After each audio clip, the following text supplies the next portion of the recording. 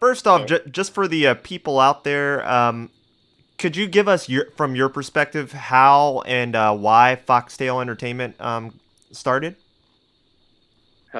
that's a pretty easy question, actually. Foxtail Entertainment started because my business partner and I, Anita, we met each other on the set of Martin Scorsese's film Silence in Taiwan, where she had just returned home from graduating NYU, and there were two big movies being shot on her family's film studio, uh, Silence, Martin Scorsese's film, and Ho Xiaoshen's movie The Assassin. And in Mandarin, Ho Xiaoshen is like the equivalent to Ang Lee and Marty in the Chinese world.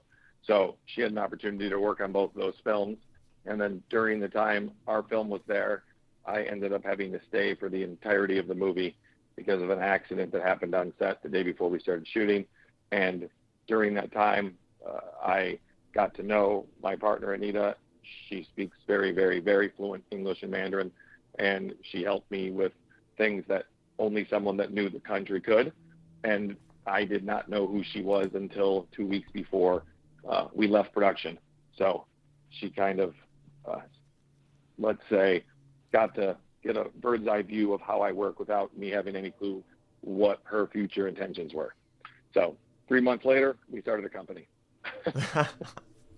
Well, from what I've seen so far, and Silence, amazing film by the way. Thank That you. I fo- appreciate that greatly. it really was. I love and going into my question, I love the indie realm because I feel like there's a lot of passion within indie films, uh, and That don't exist in yeah, the studio world. it doesn't. And I was trying to be more cavalier with my words there, Yeah.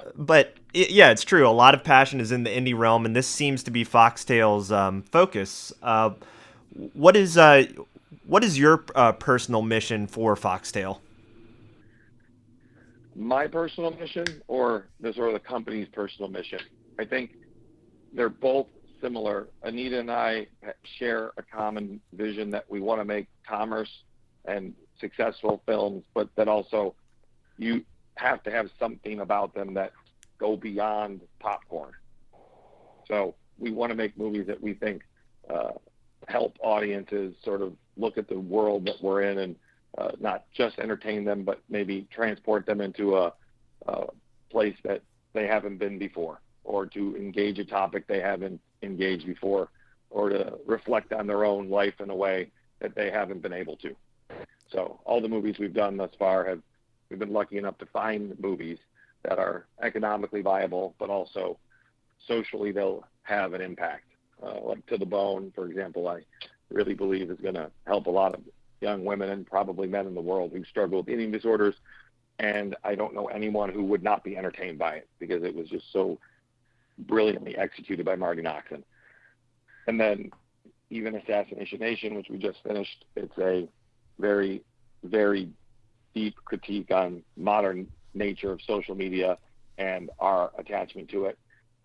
And there's a lot more to be said about that, but I don't want to give too much away because that's a to be seen film. And then our documentary that just premiered at Tribeca, I think we couldn't have been happier with how it turned out because it's a film that is something people wouldn't expect.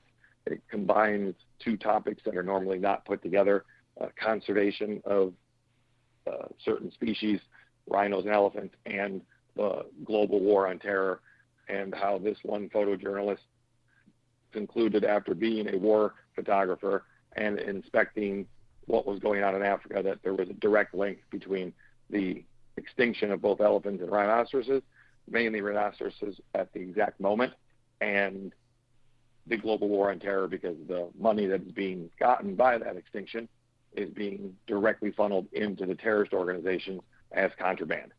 So every insurgency, every group that we're sort of fighting against has to use something to make money, and it's normally illegal. Whether it's poppy seed in Afghanistan, in Africa, it's rhinos and elephants. So Well, the movie also is entertaining, shockingly so. and that was leading into another question I have. So, a lot of films they seem to go the safe route when it comes to mainstream media. I mean, mainstream films. Um, summer's coming up. We got a lot of blockbusters. We know that they're going to be probably highly entertaining, but they're going to follow the same formula, which is more going for general audiences and box office sales. As to be a success, how do you balance passion versus box office success? If I had a formula that I could give you, I would be wealthy and probably the biggest producer in the world. But I can only give you what my idea is, and the balance has to come from partially an intuition, but also a really, really exhaustive market research that you really try to see where the spots are that the market is not being fed by the studios. And you find those spots and you try to find content that feeds that niche in a way that you know will be entertaining regardless of the niche you're trying to fill. So does the piece of art stand up on its own merits as a piece of entertainment alone? You have to be able to detach yourself from the issue, because if you care about the issue or the topic so much that you lose sight of the entertainment value, that is something you and I could probably chronicle 100 movies that have made that mistake. And it's very easy to spot when someone's mission has overcome their proper sort of, let's say, artistic integrity. And you can never let one or the other get in the way. You can't let the mission that you have in making the movie make you make bad decisions about your artistry, and you cannot allow your commercial viability to compromise the subtlety and the beauty that you want to try to convey using the art form in an effort to allow people to deeply reflect. One thing I definitely believe is you cannot preach, no matter what the topic is, using cinema.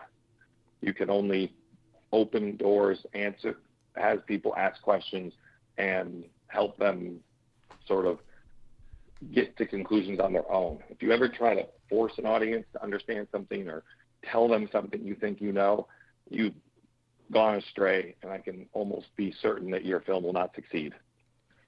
Now, with there have been a couple other success stories, just of companies kind of starting out smaller. I think Lionsgate was one, and then the Hunger Games ended up just they ended up blowing up from that, and then A24, which their films I truly love. I think there's been a few that have really they are a distributor we really like. Yeah, and they've I think they really got their more mainstream push when Ex Machina and Room and a lot of other Academy Award winners came out.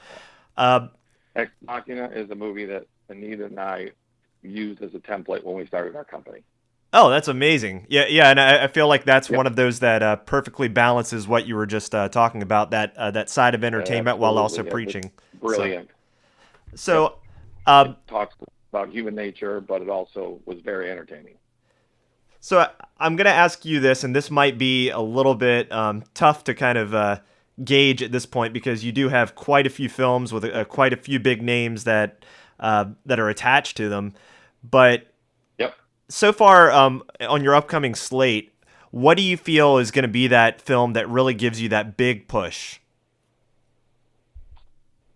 If I had to narrow it down to one, I don't know. What I was going to tell you right when you called is I don't think it's going to be a film. I think we've got 2 or 3 that are together going to form a very formidable force that are going to start ramping up in our phase 2. So I would say phase 1 of our business sort of is wrapping up with the first slate of projects that we accomplished, and phase 2 is now, and we've got a movie called 38, which I'm sure you've read about, that's going to go in a direction that I think everyone is going to very much like. And that movie has the potential as an individual movie, because it's probably the one that will get made before the rest of the slate.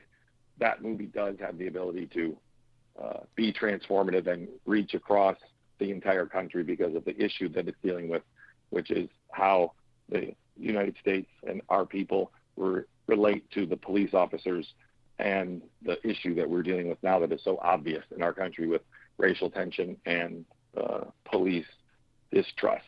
That movie, I think, has the potential to do it. It's a little bit of Crash meets End of Watch, and if it's executed properly, it can do that. But there are 3 or 4 other films which we are now involved in that are slightly larger independent films. They'll probably be in the $15 to $30 million world. That at the script phase, we couldn't be happier with how they're looking, and all of them have a similar component that you're talking about, where there's a level of depth that we hope the movie goes to that a lot of traditional popcorn films, that's not literally the intention. And I love popcorn films. I grew up on them. I will see all of them for the most part. Sure. But I get bored with them, as I imagine you do too. After a while, you can only see so many robots blow up before your brain starts to have a little meltdown. And then something surprises you, like The Matrix or Ex Machina, when, in a science fiction genre that you're not used to being shocked by. So we want to try to fill the void that Hollywood is leaving by not doing the $30 to $40 million film anymore, not doing the $10 to $15 million film anymore, and hopefully we get 1 or 2 of them right.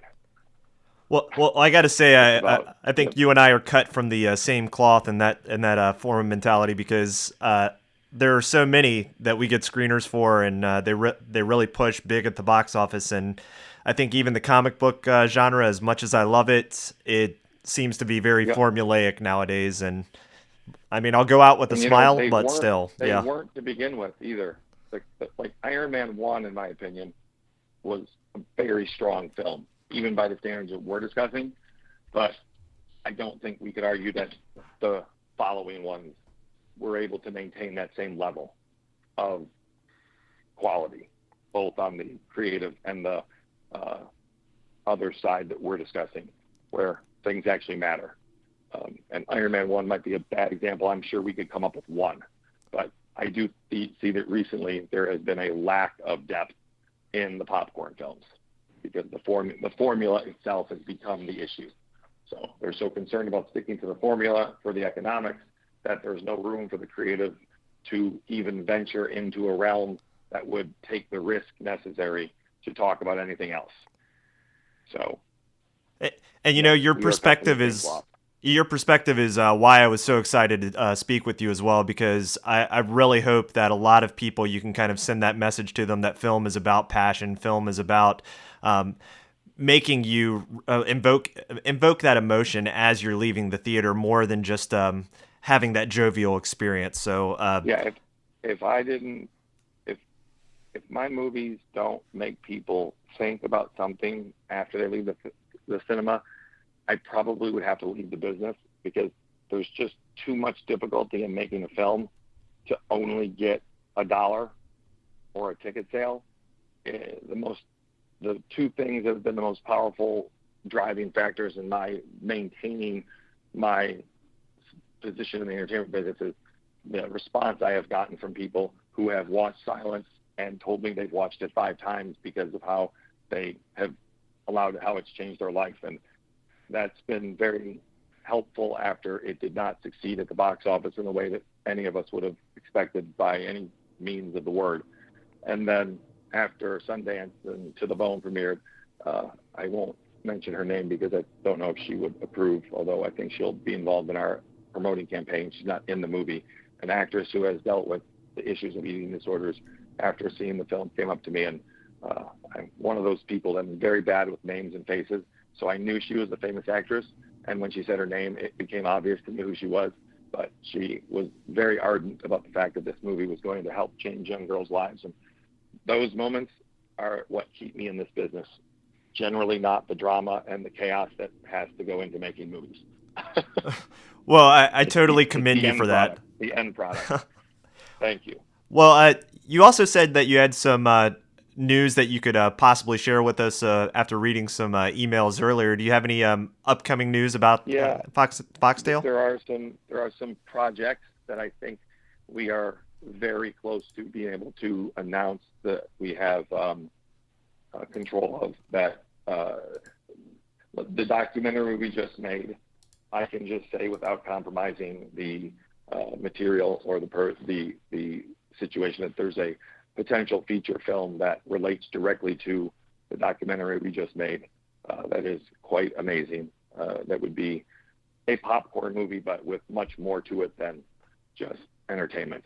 So it's if you were to envision a feature-length script that existed based off of the documentary we just made, but it actually already exists because somebody wrote it, but before they even knew our documentary existed, that's very close to coming into fruition. And then we've got a slate of projects with both Terry Rossio and Bill Marsili, and each one of them has a very strong leaning in the direction of what we're discussing, because Terry Rossio is one of the biggest popcorn movie writers ever, and I can't speak for him. I can only speak to his actions with us, and he's very, very interested in getting movies made that he believes in, that do not make him do Pirates of the Caribbean 18. So, and he would be the last person to ever complain about the fact that the Pirates franchise has been very good to him and very good to his family, but he also wants to be able to do more than just that. So Foxtail is attempting to help artists, even that have been successful, accomplish things that they haven't been able to do to this point. And that is get movies made that the studios aren't making.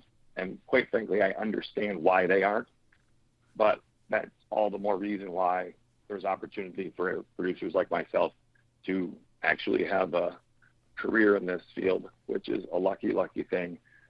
I'm blessed to be able to make movies for a living, and especially blessed to be able to make movies that matter.